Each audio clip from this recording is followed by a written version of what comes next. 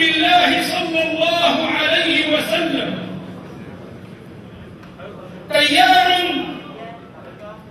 أبى إلا أن ينهل من سنة رسول الله صلى الله عليه وسلم وكتاب الله عز وجل، ليتجلى القرآن والسنة عليه قولا وفعلا. تيار أخذ حديث رسول الله صلى الله عليه وسلم القائل فيه: من أحيا سنتي عند فساد أمتي كان له أجر 100 شهيد. إنه التيار السلفي